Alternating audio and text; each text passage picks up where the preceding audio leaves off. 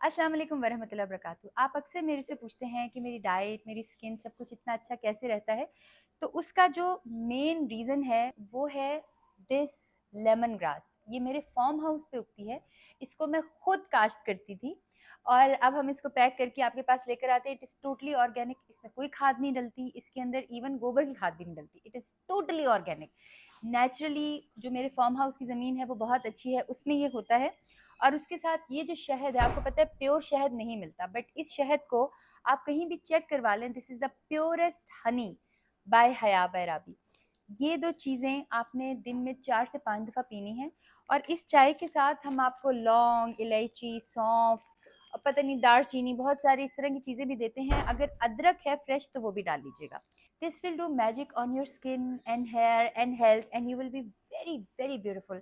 आपको बहुत ज़्यादा फ़र्क पड़ेगा। लेमन ग्रास है बैराबी, इसके साथ इसके जो हम आपको मसाले वगैरह देते हैं, अदरक खुद डालनी है क्योंकि फ्रेश नहीं होती, और हमारा हनी। ये 3 चीज़ें अगर आप 4 से 5 दफ़ा पी लेंगे, आपकी स्किन अच्छी हो जाएगी, आपको हेल्थ इश्यूज़ नहीं होंगे और उसके साथ-साथ आप अपना वेट भी कम करेंगे इंशाल्लाह।